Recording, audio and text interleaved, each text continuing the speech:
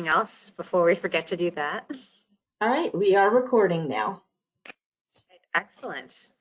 Hello, everyone. I'm Ann McMillan. I am the College Outreach COY Chair. And thank you for being with us today for this, our second session in the Forum for Student Chapters and Student Members. Today, we have three topics this week. Yesterday, we had student members. Today, we have our topic about student chapters, and tomorrow is about transitioning from a student member to a professional member. So hopefully you've seen the invites for all of those. If you haven't, let us know, and we'll be happy to get that information to you. A couple notes before we get started. We have all of the presentations and the recordings will be up on the website soonish. I won't give a specific date, but they will be up. So if you missed it or know someone that might be interested in listening in to what we covered over this week, you can head over to the website and we'll probably send a follow-up email as well to let everyone know where the documents and recordings are located. And just our other housekeeping tidbit, I always like to start the presentations by letting folks know if they're interested in getting more involved with the COI. We're always looking for more volunteers for our leadership team. So if you're interested in helping out put these things together throughout the year, we'd be more than happy to have you. Just give me a call or an email and we will get you a job and something to do. There's always extra stuff to do and we are always looking for extra people that are as excited about this as we are. And just of note, I think I forgot to say this yesterday, but all of the positions on our leadership team can all be filled by students as well. So if you know any students that are interested in getting more involved with SAME nationally, please let us know. We're always happy to have more students on the College Outreach COI. And a reminder for those that are here that maybe aren't actually part of the COI, it's really easy. All you have to do is go to your member profile and just click the College Outreach COI button. There's usually a list of all the COIs if you're interested in joining. And I always recommend folks add that as well, even if you're on our distribution list as a student member or faculty advisor, student chapter, mentor. It's always just an extra way to make sure that we can send out all the information to you. Did I miss anything, Marilyn? Okay. All right. So I think with that, we'll go ahead and get started with our pledge of. I was going to say one thing is that this forum is interactive. If you have questions, feel free to ask. You can post them on the chat, and I'll be sure to bring that to Ron's attention. So Ron's going to run the gamut today. But yeah, it is interactive, so we encourage dialogue with these sessions. So. Give it back to you, Ann. We're here to learn as much from you as you are hopefully here to learn some stuff from us. So hopefully this will be a nice interactive discussion and everyone will go away knowing more than they did when we got here. All right, so if everyone wants to join me, we'll do the Pledge of Allegiance and then we'll get started. All right. I pledge allegiance to the flag of the United States of America and to the republic for which it stands, one nation, under God, indivisible, with liberty and justice for all. All right, thank you, everyone. So I'm going to turn this over to Ron Welsh, our facilitator of the day, and let him introduce himself and all the fun we have in store. Can everybody hear me just fine? Okay, thank you, Benjamin. First of all, it's a pleasure to be here with you all, and hopefully I'm going to learn a whole bunch from all of you. So as we said before, this is an open engagement, so please ask questions as we go. What I'm going to be doing is talking about how we run successful chapters and sustain maybe a successful chapter, and throw a whole bunch of what has been best practices that I've collected over the years from different chapters, and maybe something to strike a chord with you.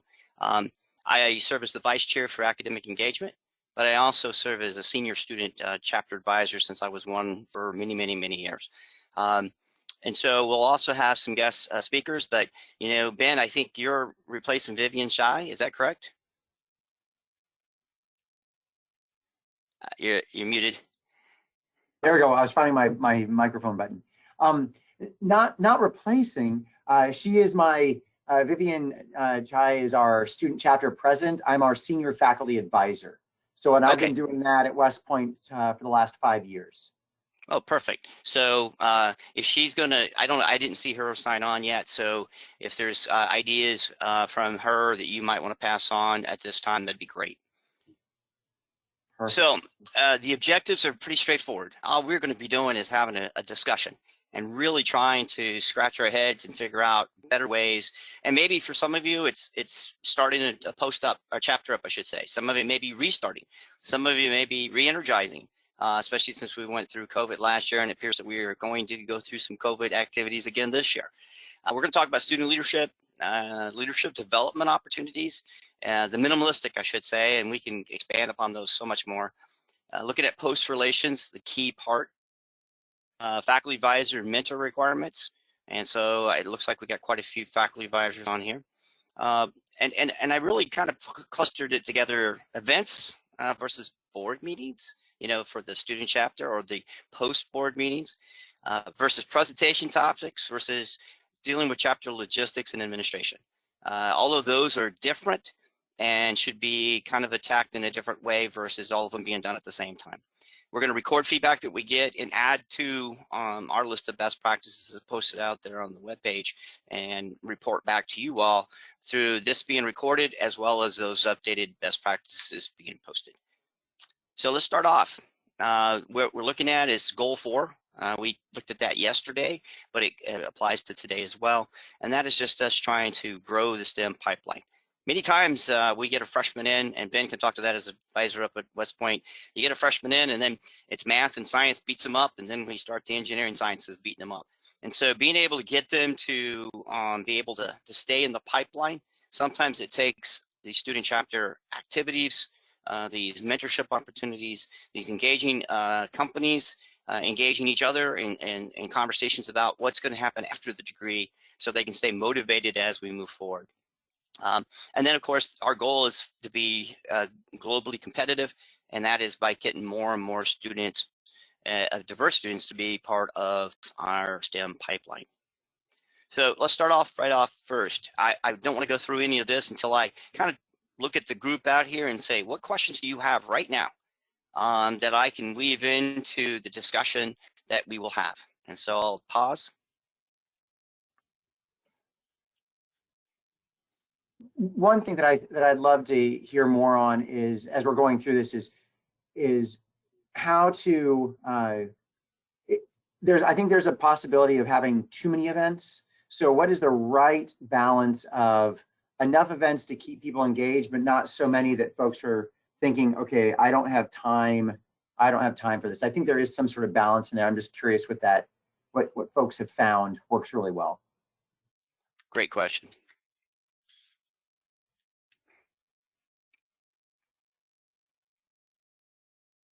Come on, Jim, I know you have one.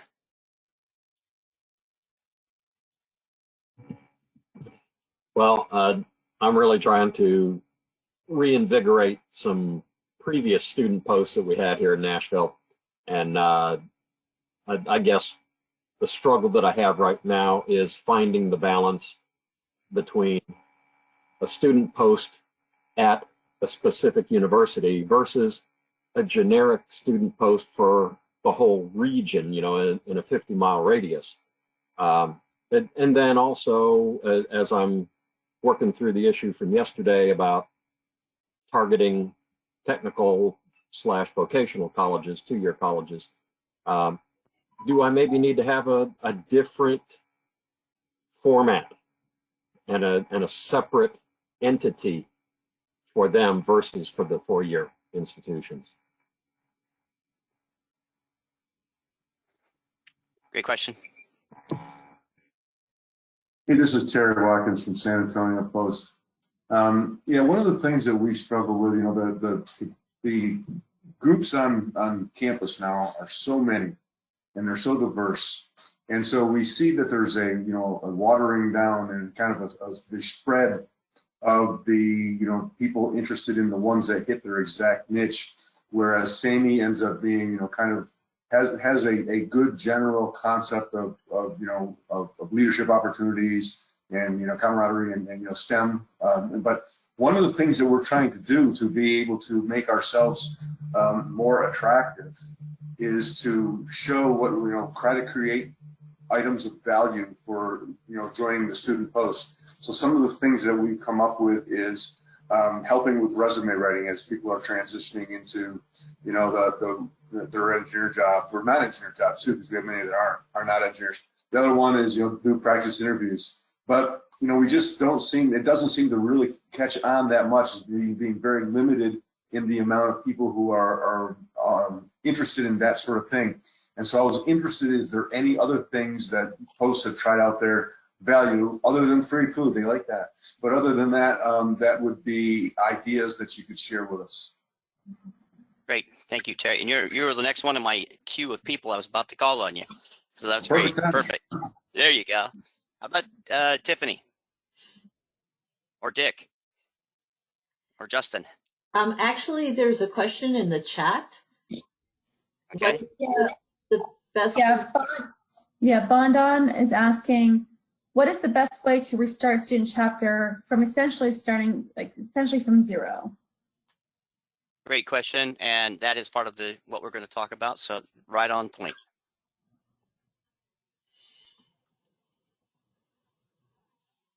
Go ahead, Dick. Yeah, I think the whole key is this faculty advisor, and at least one of our institutions, they seem that the faculty advisor seems to be the faculty representative for a group of chapters from different organizations, and that to me doesn't seem to work as well, but that's the way the university has set up the organization,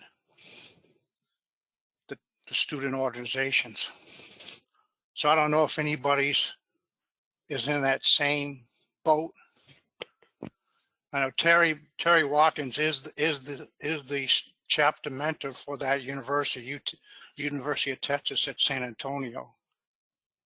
But okay, that's one of the issues we kind of face. Okay, fantastic.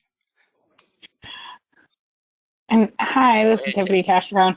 I don't know if I necessarily have any questions per se. I've just, I started a student chapter with the Emerald Coast Post in Florida once in 2012. And then I just helped start one here in Panama City at 2 different colleges across the street. And we're also trying to figure out how to work in the 2-year technical colleges as well.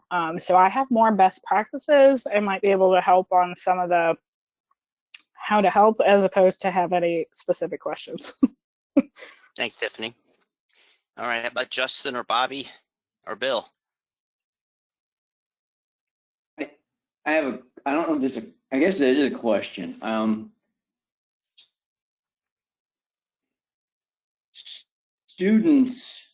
Young students today engage with the world very differently than we did. And I think I can say we in general, and looking at the screenshots here. So what I might ask is, what types, and I'm talking more specifically about mentoring, what types of mentoring do these students want? Both content, meaning what do they want mentoring for to help them do, and then in what format, and how do they want that mentoring? In one-on-one panels, via their phones, as opposed to really kind of just a general thought of the type of mentoring they're looking for, and how they want that delivered. Because again, in talking to the young folks, much engaged with the world differently than we do.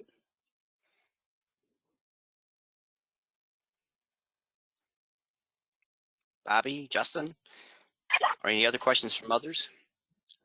Well, I'll step in real quick.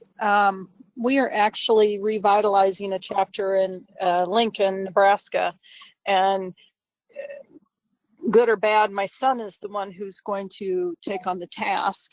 And so he's been active in the post for a while with our student mentor program and attending the SAME summer camps. And so we're hoping to get some good feedback on how to get students interested, because right now it's just him.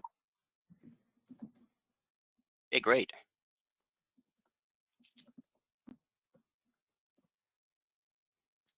Any others before we go through some of the best practices that we have accumulated over time? How about Justin?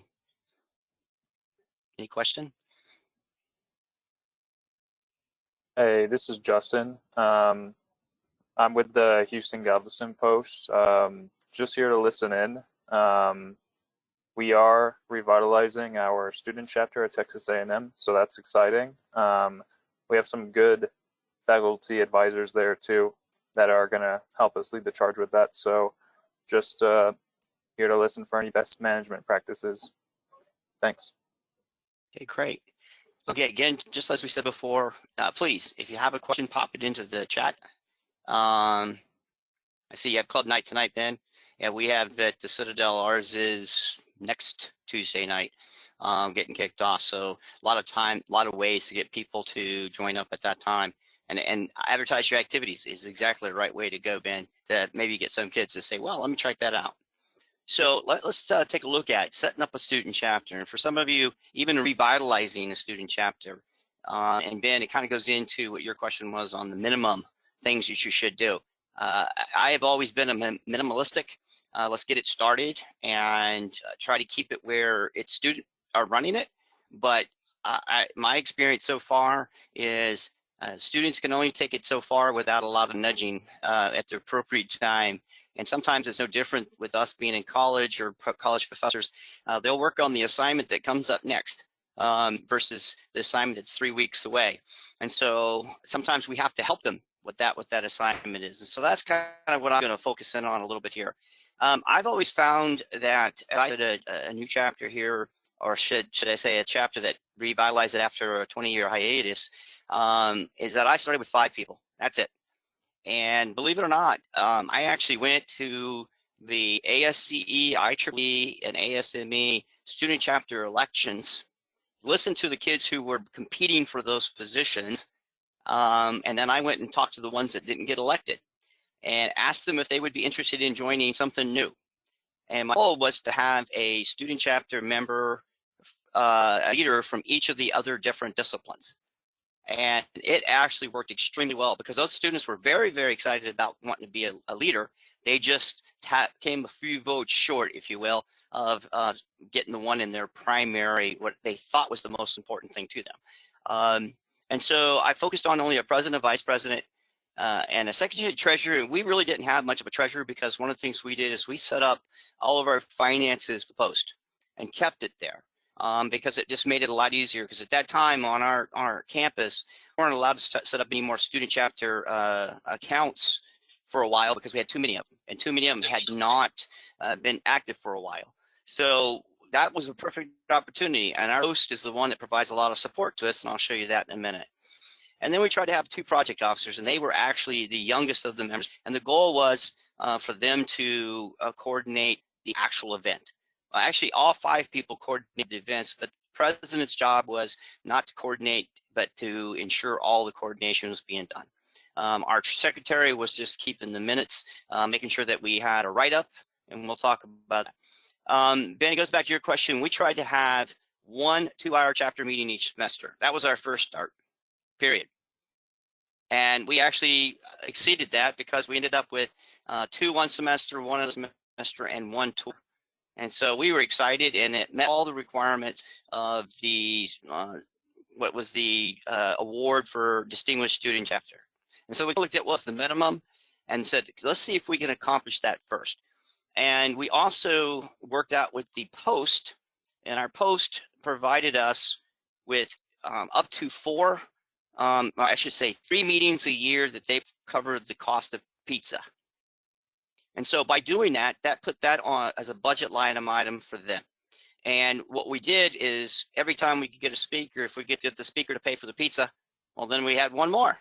And that was just money in the bank. And if we didn't spend it at the end of the year, the post was very grateful and found money in their budget. We also kept the chapter administrative operation stuff to a minimum. What I mean by that it had to be limited to about 2 to 3 minutes at the beginning. And most of it was talking about whether we had an open position or talk about the next events that were upcoming. And we went right into the event.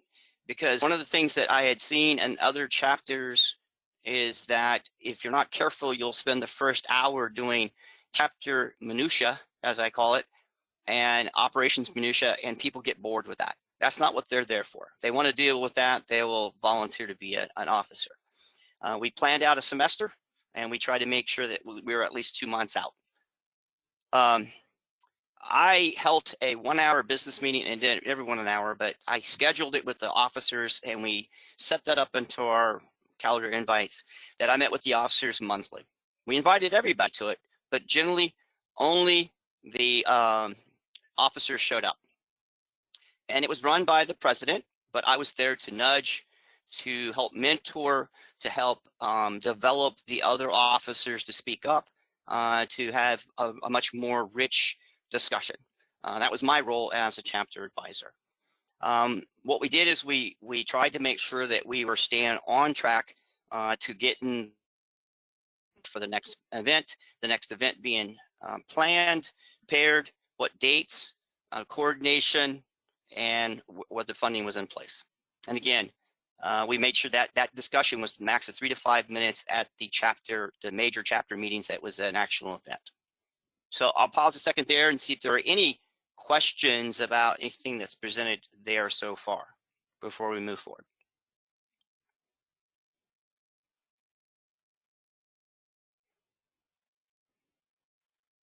Okay, we can always go back to it. You'll also notice that I'm going to highlight something. I'm going to talk about the virtual student chapter.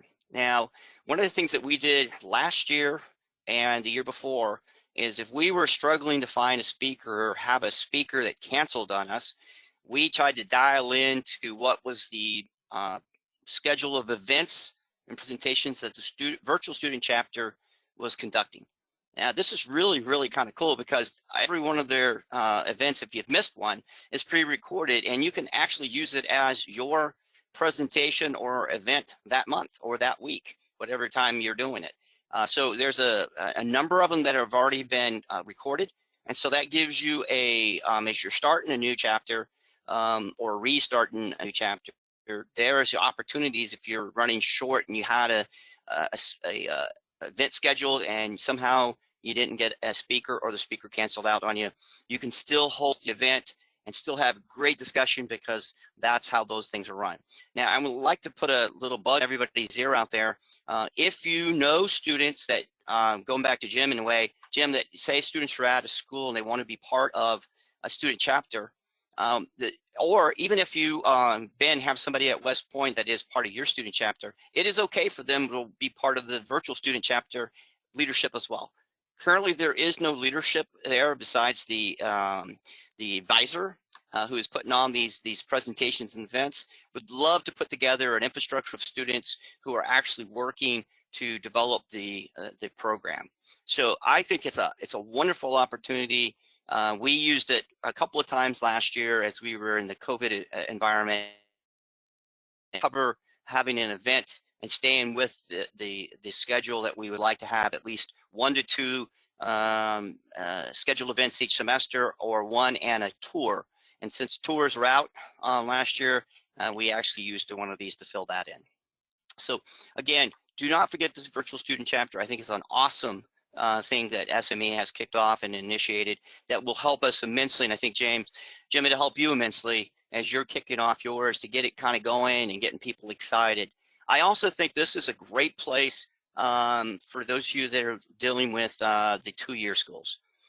Sometimes it is hard to get a freshman to step up and become leaders at community colleges, but there are older students that may be willing to establish a student chapter. I would think that if you have a community college, we're trying to do one with ours near us.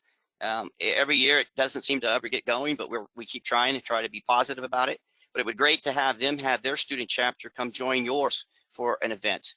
And that, because if they're transitioning to you anyway, 2 to 4 year, what a great opportunity for them to go ahead and start to interact. But the virtual student chapter could be a great resource there. We also believe that the student chapters at every opportunity should attend the post-regular meetings, and that's the students and the advisor. That's the hard part. And I think sometimes to go back to the questions Terry and Dick had on advisors, it's best if you can find an advisor that really wants to be a member of SAME. And I think if you look at the civils or the construction architect group, I think you might be able to find a faculty member. And here comes the hard part sometimes, is whether or not that faculty member, as part of what they have to do, has to be part of other societies, such as in being a civil, they may have to be part of ASCE and presenting technical presentations at ASCE as part of their tenure promotion. Well, this could be a great point where a post could act the membership for the faculty advisor who would love to be part of it but just doesn't have the resources. But again, I think it's important to find the person who has a AEC background or has worked in it, could be a mechanical, electrical, worked in the AEC field, and that person could be the perfect person to become your faculty advisor and be active. I think the other thing that you have to do sometimes, and I know the Charleston Post did this for us, we used to have all of our Charleston Post meetings on Thursdays at noon, and it worked perfect for our students. We could always get a handful of students at the Post. Well, the campus changed the way they do lunches, and there was no longer a lunch period. Instead, it was lunch between 11 and 2, and that changed everything. As it worked out, the best day then turned out to be Wednesday. And so because of the changing of the actual schedule, our Post actually changed its scheduled time of meeting from Thursdays at noon to Wednesdays at noon to meet the needs of the students to be able to get them there. What an incredible impact by telling the students that this Post is willing to do that for you. The other thing they did, and they do always, is they host 6 students and cover the cost of them attending the meal. They have it as part of a sponsorship program with their companies, and so they always have the availability for 6 students to show up, and that could be 6 students and an advisor, or 5 students and an advisor, however you work it out with the Post. We also make sure that we always tour the facility, and of course the Post is going to be setting that up, because that is the people that are right on the tip of the spear and right on the ground and can give you the best feel for that. We also looked for the Post to help us, but if you have a local VA hospital near you, or a clinic, or something like that, we always try to find that Wounded Warrior Veterans Project to get engaged in. So back to Ben, the minimal, I always try to get it to where we have 2 to 3 presentations a year, 1 tour, and try to do 1 activity with the Wounded Warriors, period. And you think about it, that's not a lot. Now, the other thing that I was able to do is this last one. As being the Dean of Engineering, I had a little bit of control over and a little bit of influence. And what I tried to do was, I said, they were already competing with ASCE, ASME, and IEEE, AIAA, you name it. They were all over the place.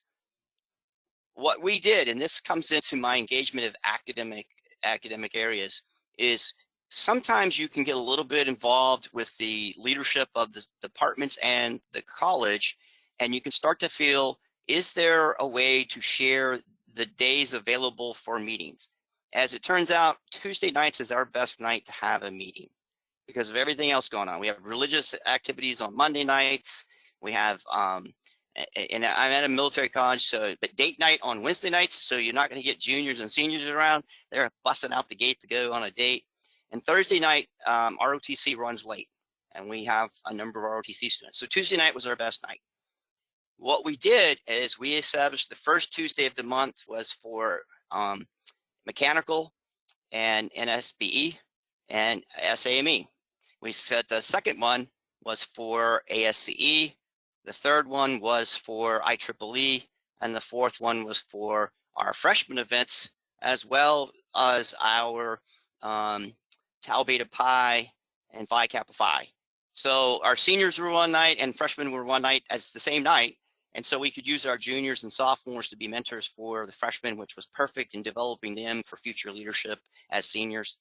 But it helped us because it allowed, and we started having meetings with all the presidents of the chapters together once every 2 weeks as a discussion board of what everybody was doing, and tried to put a schedule together, created a student calendar where all of these events were posted and students could get it on their iPhone, their computer, and it always had a Evite link on there as well. So if they wanted to participate in the food, they had to go through the Evite link. If they didn't want to participate in food and just show up, they were welcome to do that too.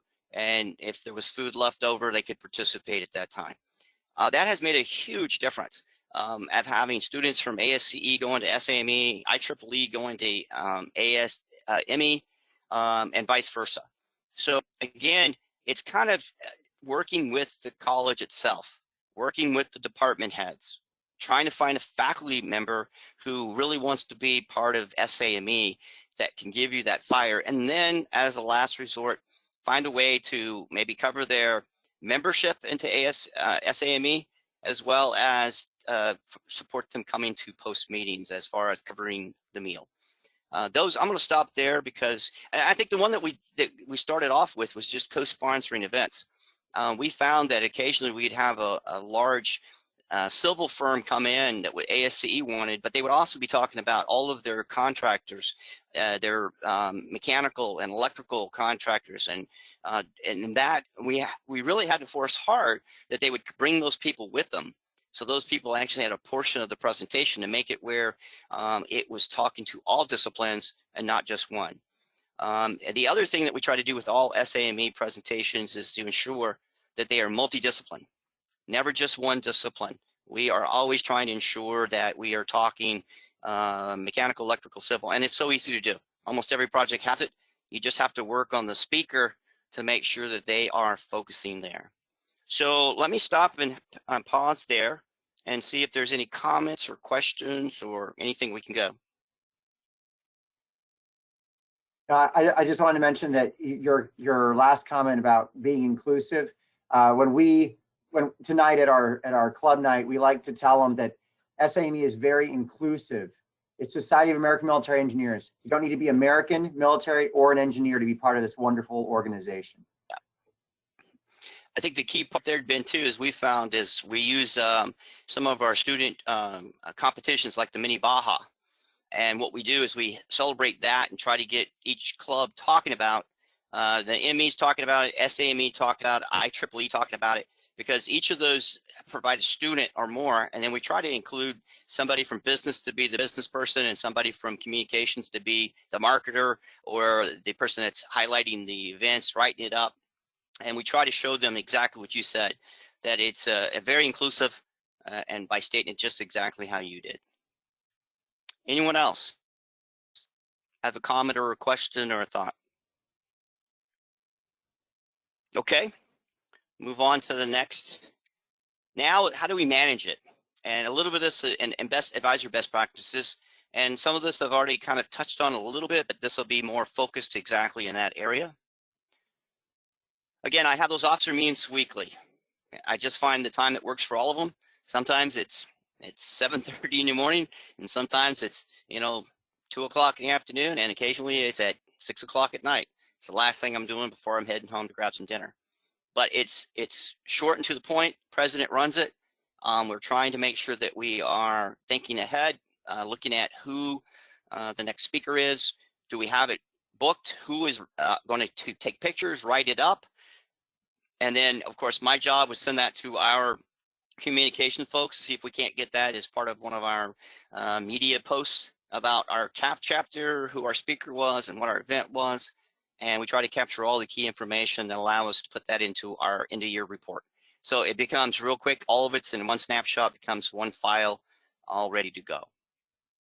Again, I have weekly meetings with the chapter president at a minimum, just the chapter president, if that's what it takes. And it sometimes is no longer than 5 minutes. And what I have the chapter president do is come in and give me a quick rundown he or she is working on right now.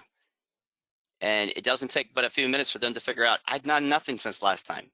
And that little bit of time with me and us discussing that they haven't accomplished anything, most of the time motivates them that the next time I get way more than I had the time before.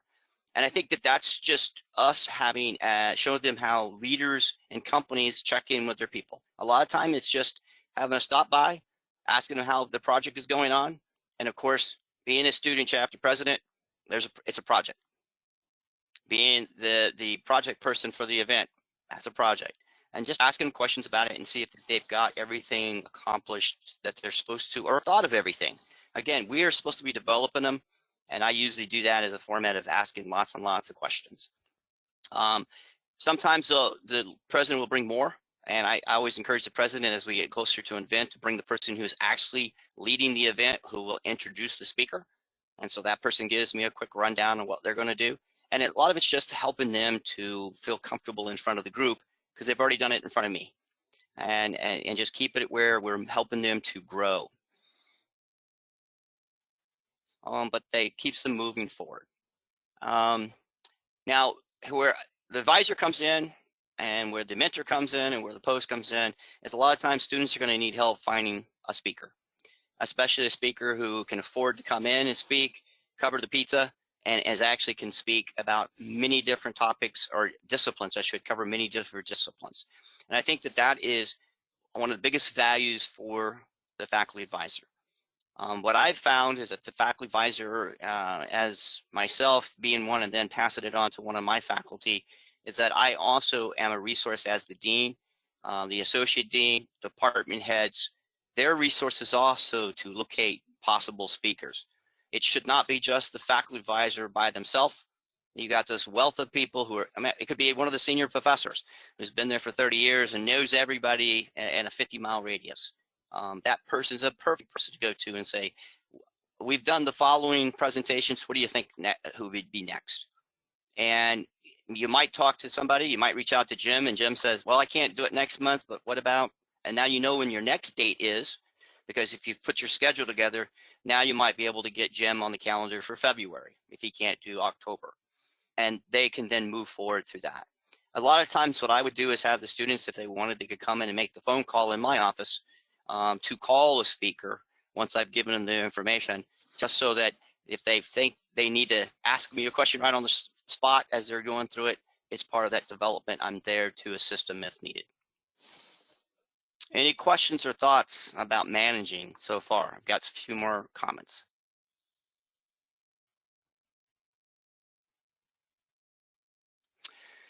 Again, this is where I've found right off the bat, most chapters suffer is finding the funding. You know, we're always talking about car washes, cookie sales, you name it, finding sponsors. I think the biggest one is find companies that be willing to sponsor your chapter. And what I did is I just turned it on its head and went to the post and said, we are not going to be successful as a chapter unless the post is supporting us. Well, today, you can't start a student chapter unless a post says they're going to support you. You have to have them submit the paperwork for a chapter to be started. So I want to make sure that's very clear. If you're going to start one or you're trying to restart one that may have fallen to the side, the current rules, and that's because Joe Shordell believes it as well as I do, and that you can't be successful if the post is not part of who you are.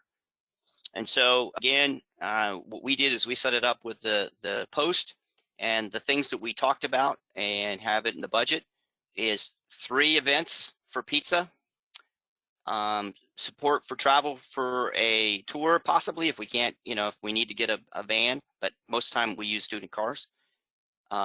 Sending 2 students to JETSI. We used to have them going to the student chapter leader workshop that was in January and February. Now it's sending them to JETSI, and also sending the faculty advisor to JETSI and sending the faculty mentor to, the post mentor for the chapter also to JETSI.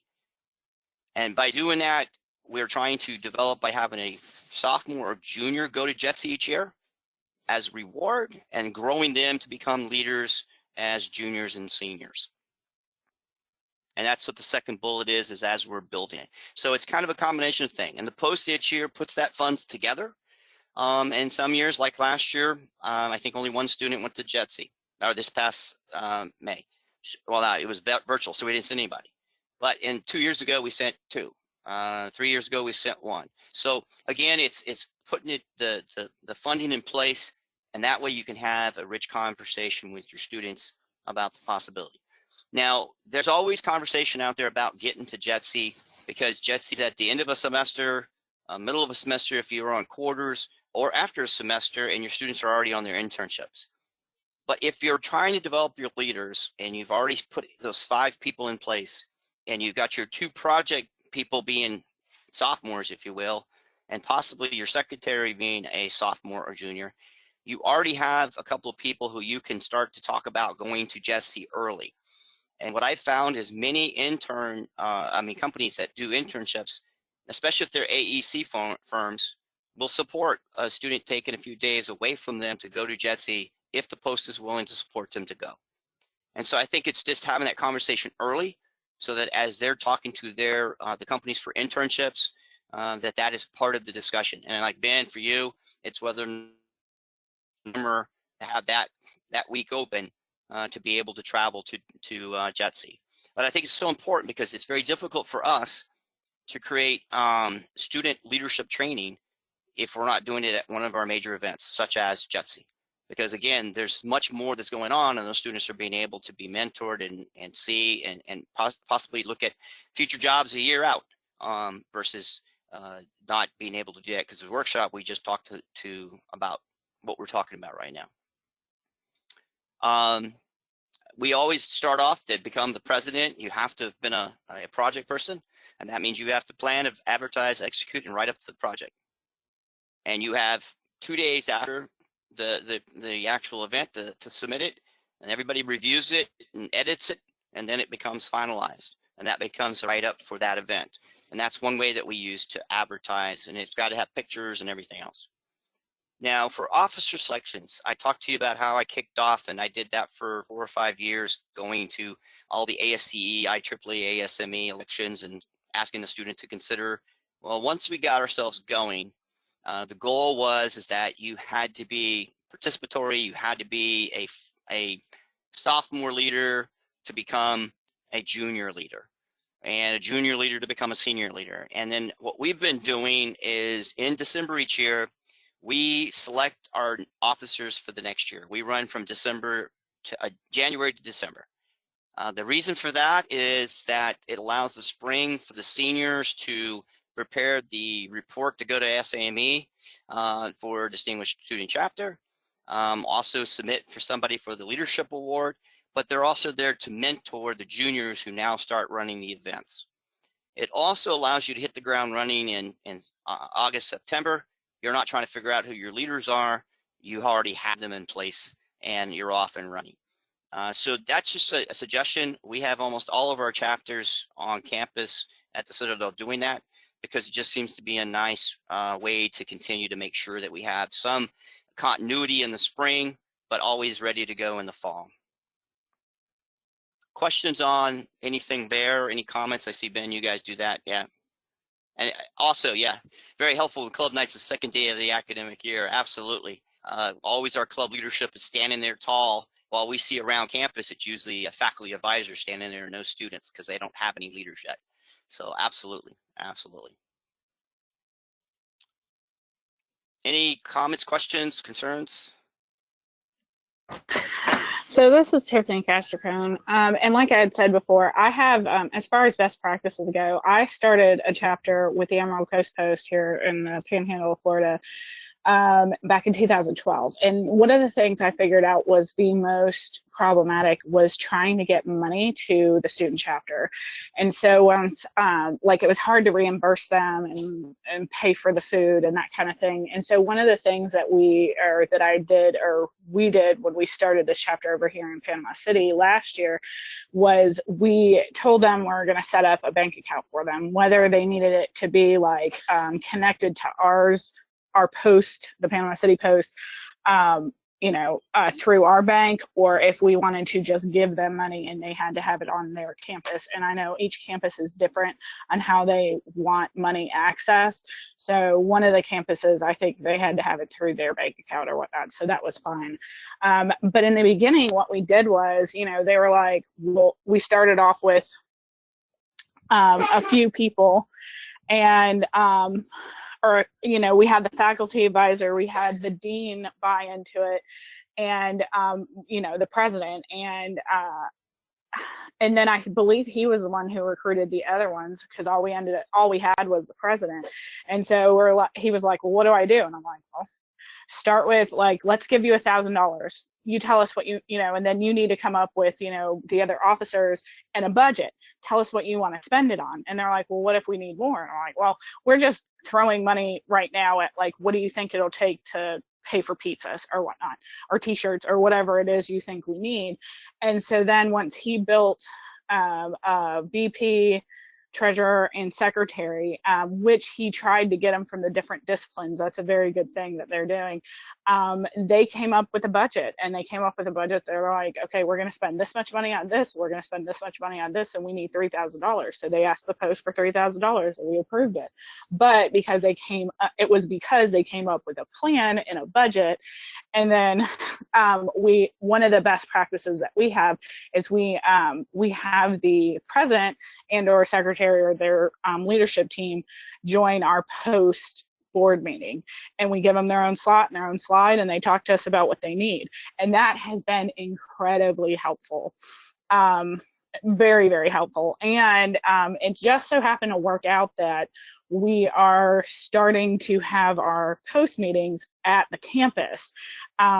It ended up, that was not how we had it before. Everything else was closed. They were the only one who were open to us using their conference rooms. And now the last meeting we ended up having, or a couple meetings ago, we ended up having like 8 students show up. And so now we're trying to schedule it on campus so that we can actually get them there. But I understand that doesn't work for everyone. It's just in the middle of town in Panama City. So that's something that has worked for us. But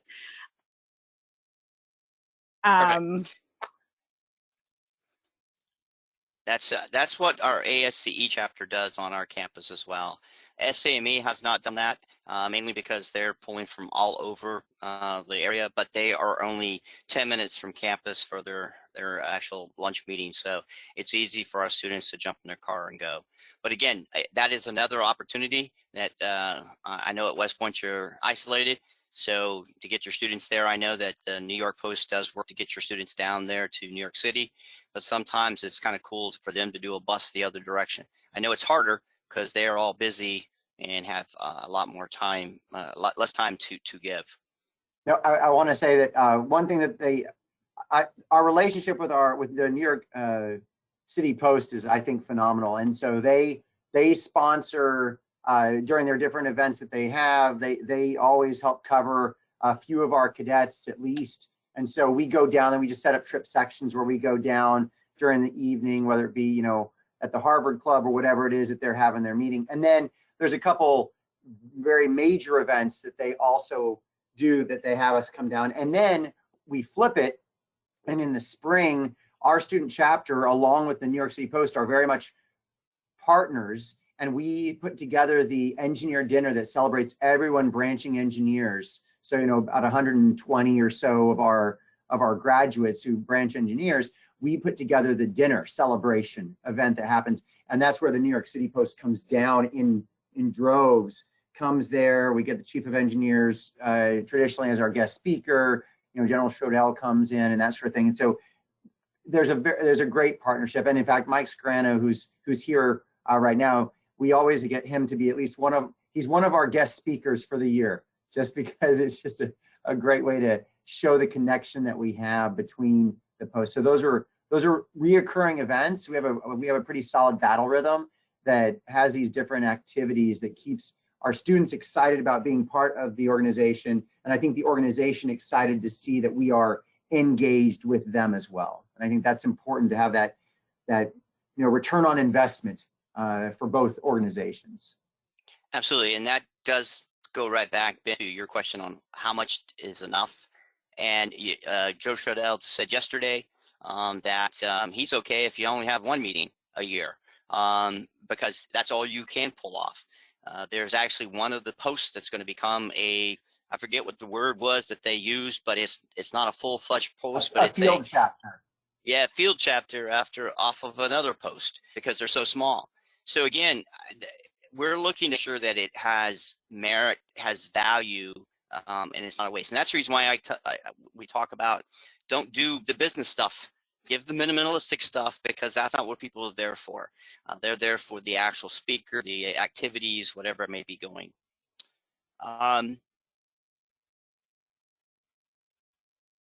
We also have a junior selected we talk about as the president, and we kind of already highlighted that bullet about so that the others can mentor them, because you want to continue that mentoring opportunity. You want your seniors to be able to mentor and feel like they're giving back. I talked about it before, hosting monthly meetings of all the leaders of all the student chapters. And I think that's one of the biggest ones that we've found that's really started to help us to get the students thinking that these other meetings actually have value for them. But the danger is if they're all having meetings on the same night, or they're all trying to have a meeting every week, or they're having their business meeting at the same time they try to do event meetings, like a speaker meeting, then you start to have all these conflict and it gets really watered down. So again, that's where I think the faculty advisors can come together and start to become part of the organizational infrastructure that helps allow students to get to more things. And then one of the things that we found most valuable to increase our numbers of students being members and starting to receive information is that we don't have an event for an activity that doesn't have laptops. A number of them already there set up, ready to go on the SME page. And so that as students come in and we find out if you're not a member, and since it's free, there is no downsides to signing up. And we can get about 9 out of 10 students to go ahead and sign up that night. The only thing we try to do is make sure we capture who they are and what their membership number is, so that we can make sure that we're tracking with headquarters that they're actually assigned to us. We also have membership information there for them, talk about that they can be part of a post, and it may cost a little bit more to be part of other posts. And one of the things that's changed for us is now beginning to talk to some of our more senior students that come back, and I'm talking about those over 25. We try to explain to them that they're going to have to be a younger member, but can still be a member of our student chapter.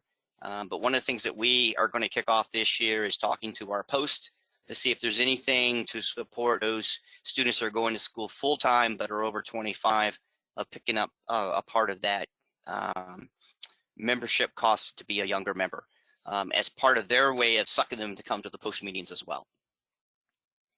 So questions on that before we go into mentor best practices. Okay, so here's some information that I put together, as well as Mike Scarano, as we've put the two of those comments together, and that's what's being presented here, some of the best practices. The most important thing is that mentor is the one that's that link between the post. And that is for ensuring that you're getting your speakers.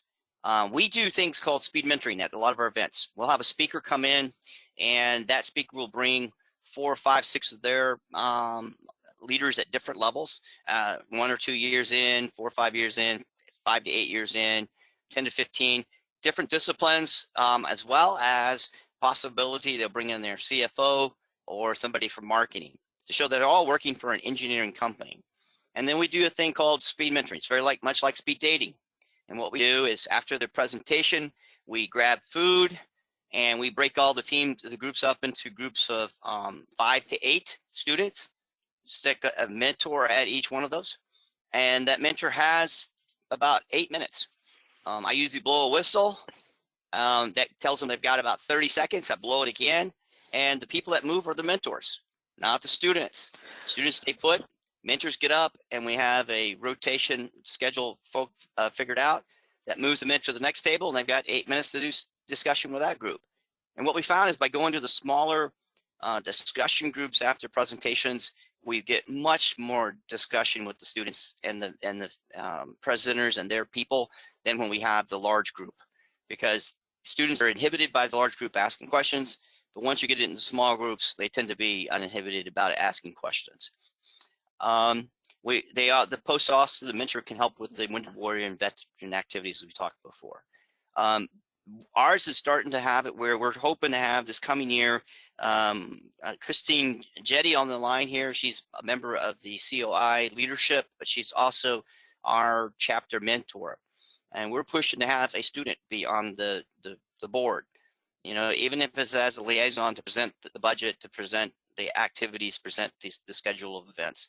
But it's very important, and these are the items, again, that we have them already budgeting for us each year to make sure that we're able to operate without having to go out and sell cookies to be able to do it, or to do a car wash. Instead, we're focused on the actual activities that we're doing, and going out and going to have it at for humanity, or going out to see a tour, or going out to a Wounded Warrior project.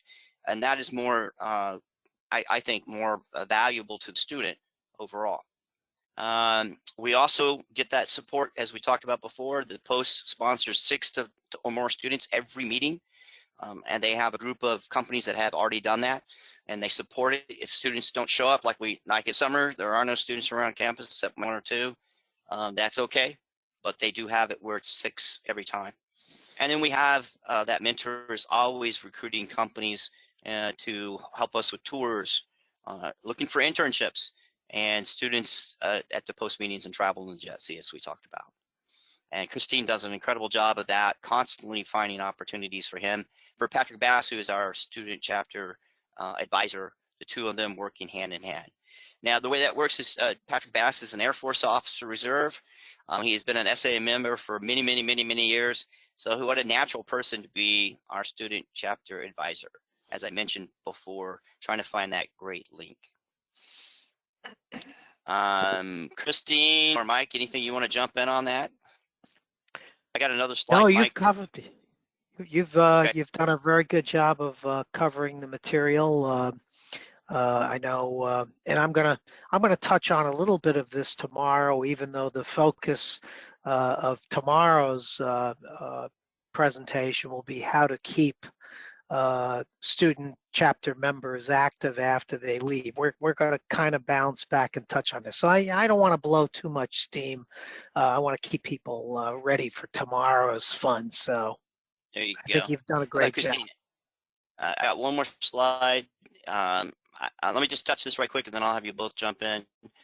I believe that if a faculty, a chapter mentor is a junior individual, new possibly, a lot of times we always stick it on a younger member. I think it's important for the post to consider having one of their fellows be a mentor to this individual. And it's one of the things that a mentor, a fellow is supposed to do, is to be mentoring members of their post. They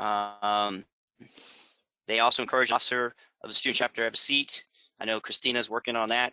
And then encourage student members to be on post committees to help, especially when they're setting up a celebration, as we were doing the 200th year celebration.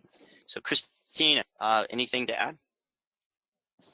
No, you've done a great job. I think one of the things that we just kind of really reiterate within our post is just kind of keeping our board and our members updated on what the student chapter is doing, what we're doing with them, to kind of keep everybody involved. And then it helps to really reiterate, especially in December when we do our budget meetings, that we've always been dedicated to kind of sponsoring our student chapter, and that's where our funding's going to go.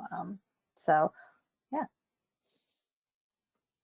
And again, I think it's in, Joe Shordell is seeing that now, and that's the reason why you can't start a new chapter without having a post that will be the sponsoring post for that chapter, because that is so imperative to be able to show that mentorship and that sponsorship. Well, now let's talk about the relationship with the post. And again, I've covered a bunch of this, but I think that the students and the advisor and the mentor should be attending those meetings and events, as many as they possibly can. The post has to help finding those Wounded Warrior veteran opportunities, because they are the ones that are very connected into the local community, and many times they have veteran warriors, and they're already participating. So it's very similar to what we saw maybe 15 to 20 years ago, where it was Habitat Humanity. Companies were doing that left and right, and they would be sucking in students. Same thing. The students are willing, and especially that's a great way to be mentoring, a great way to get to know the students and the students to get to know you. Again, the post should be looking to provide this resources, as Christina said. It's got to be part of the budgeting, and once you do it, it's on automatic pilot. And it goes back to what Tiffany was talking about. That's the reason why our student chapter has its funds at the post. There's no need for it to be anywhere else, because we're already, if we don't use it, it's found money for the post. If we use it, it's there. We do have a reimbursement process, and generally, most of the time, our student chapter advisor or our mentor uses their credit card, gets reimbursed from the post very quickly. I have to say within a couple of days. And of course, they're getting to be able to build up points on their credit card. So it's a good win-win situation, I think, for the advisor and the mentor. And then sending 2 leaders to the leaders workshop if we have it, but the leaders workshop at JETC. At least one tour. The post should be figuring out where that tour should be, and that rotates. That's a great way for each of their companies to have a way.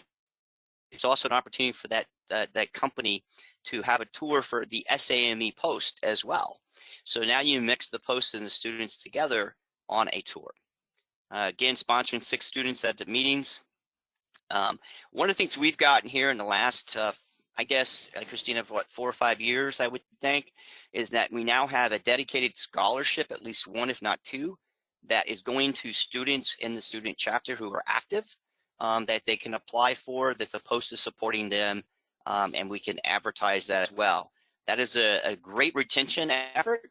The students start to see that is an opportunity to apply for a scholarship, and it has been a wonderful opportunity to help students that have doing extremely well and are in a shortage of funds because they're maybe have a single parent home, or they're out-of-state students. A lot of times that additional funds can go a long ways in helping them. And then the most important one is internships. I can't speak enough about that, to have them constantly thinking about and advertising and coming in and talking to the students about internships. So let me pause there, and let's talk about questions that may have been generated, additional best practices that others would like to mention.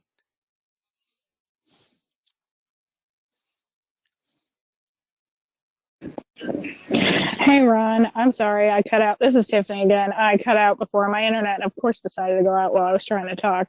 The only thing I was going to mention was last year, after we started last year, and then our president graduated. And so what we have done is we got our president we recruited him to our post board, and now he's the mentor to the students. So he's bringing a lot of the student perspective to our board. And I started off being one of the mentors, but then I gave up my spot for that because I wasn't actually trying to be the mentor in there. I just had a lot of prior knowledge. And so he didn't want me to go away. So I told him that I would be his mentor and he could mentor the students. So, but that's actually been working out really well for us, because now he's getting, involved in the post at the post level. And then he is also bringing us the perspective of the students. So that was one thing that's worked well for us. Great. Going back to some of the questions that were asked, too many events, I think, Ben, we've kind of hit that one pretty good. There's no need to try to overdo it. Just try to figure out what's the most exciting. One of you had a question. These students are different, but one of the things that they're not different is they like to engage more in smaller groups. And that's where we found the speed mentoring of, we've even had it done with, we only had 3 or 4 students in each little group, with the mentor bouncing between the groups at every 8 minutes. We find that really, by getting it down to a much smaller discussion group, they really open up. I agree. Again, I think free food, it gets them in the door. And one of the ways we do it is we don't let the food, they can't eat the food until after they've heard from the speaker. And then once they get their food, they've got to go back into the room that we were in with the food.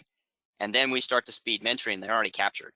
And that has done tremendous for keeping retention, for them wanting to get back and experience it again with different mentors from different companies. And we don't do it every time there's a presentation, but we try to do it at least once each semester to help with that one-on-one discussions as much as possible.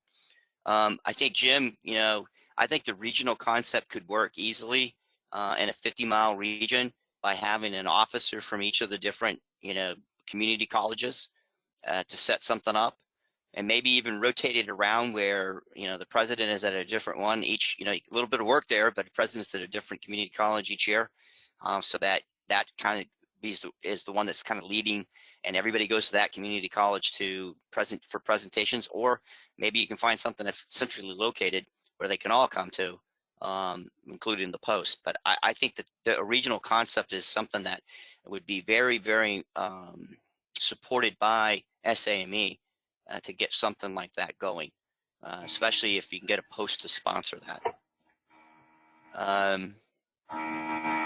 Hey, Ron, this is Marilyn. Yeah, go ahead. All right, Question. Marilyn. So Yep. like you were, what's your experience been like when you had, and I'm not sure if you specifically had this experience, but I felt like this was touched upon when you have multiple organizations I want to say host the event, but sharing an event, how do you kind of separate the funds, the monies that come in and like managing the finances of that? Are you talking about if they do a fundraiser together or if they're having a speaker? Well, One of the fundraising that we do is we encourage our student chapters. We have our career fair, and every company has a small amount that they pay to participate. We try to encourage our student chapters to reach out to companies for them to come and recruit, especially if they've interned there, and have that company come and present. And two things they're doing: they're picking up future interns, and they're also hiring our graduating seniors. Based upon what the company's background is, whether it's a civil primary, electrical primary, or if it says that it's civil, mechanical, electrical, the funds that it provides for the career fair is split. It all goes to ASCE, or it's split between ASC, ASME, IEEE, and SAME, based upon what they are and what they associate themselves with as far as disciplines. That's one way we do it with our fundraising. To bring all the chapters together, we just created a very easy way of splitting it out based upon what discipline the companies are that are participating or sponsoring or providing funding. When it comes to an event, generally what we try to do is look at the student numbers that come to the event and what their primary, what their chapter association is, and kind of split the funding that way as far as for the pizza. But generally what we're trying to do also is get students to think as SAME. I'm an ASCE member, but I'm also SAME because I'm a civil engineer. So we try to get them to think of that same way, and we try to split it out in similar ways. So we're hoping that most of, I think all of our SAME members are also members of either ASCE, IEEE, or SAME. I mean ASME. So, and that's the same way that I work with my faculty. I actually sponsor all of my faculty to be members of ASEE, but I only do that if they're a member of a primary technical society. The goal is for them to have their foot in many, many different places at the same time. Marilyn, I hope that answered your question. Yes, thank you so much. Hopefully we've hit all the questions that those of you that had them. I was working at those as we were going through. I do want to highlight again that the virtual student chapter as a huge resource to supplement your programming, to possibly help with their infrastructure, because they need students to be leaders, and that's another way for one of your leaders who wants to be a leader in SAME, but you do not have a position for them to help and want them to be a leader someplace else. The summer camps is another great thing that we have that the others do not have. A huge selling point to allow our students to go one step further to become, to develop their leadership skills, their own personal mentoring skills, is to be part of the SAME camps.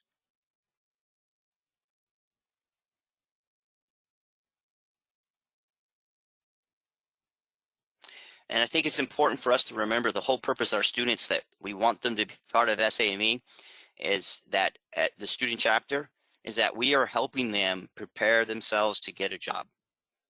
We're helping them to be prepared and graduate. And a lot of times they link up with somebody at one of the meetings who can help be a tutor for them. And we've been seeing some of that. One person asked out there is another way to bring students in. You could also have it where you set up a session where you are going to have those who could be tutors introduce themselves on certain subjects. Well, that can bring in students that are struggling to look for another resource to help them to be successful, because ultimately they need to graduate and get a job.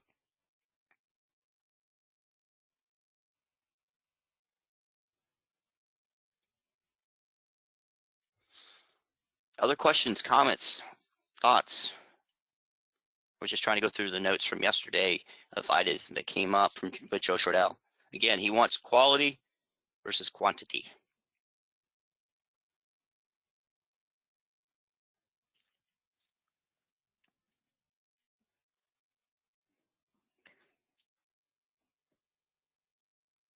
I will just say that tomorrow I think we're gonna take this a little bit further. So we're gonna talk about the new topic, but I think we're gonna bounce back and add a few things and inject a little bit of the specific experiences of New York City and our relationship with West Point. And Ben, I hope you're gonna be on tomorrow. I'm gonna need you. All right, I got a thumbs up.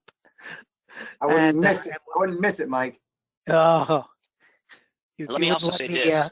You won't let me drown by myself, eh?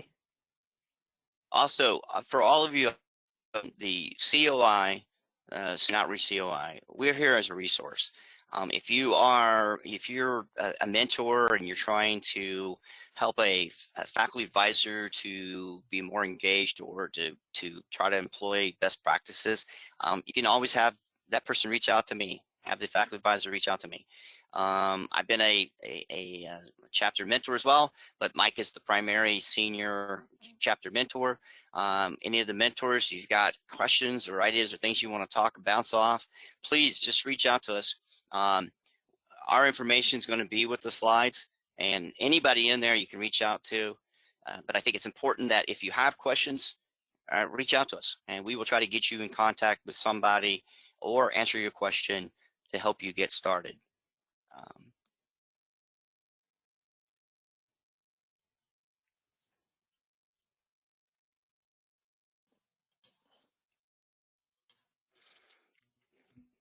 Okay, thank you, Ron.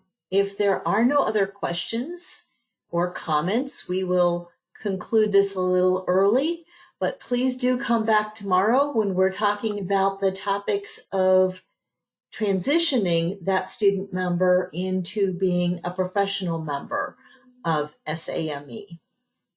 And again, if you have any questions, comments, please post them.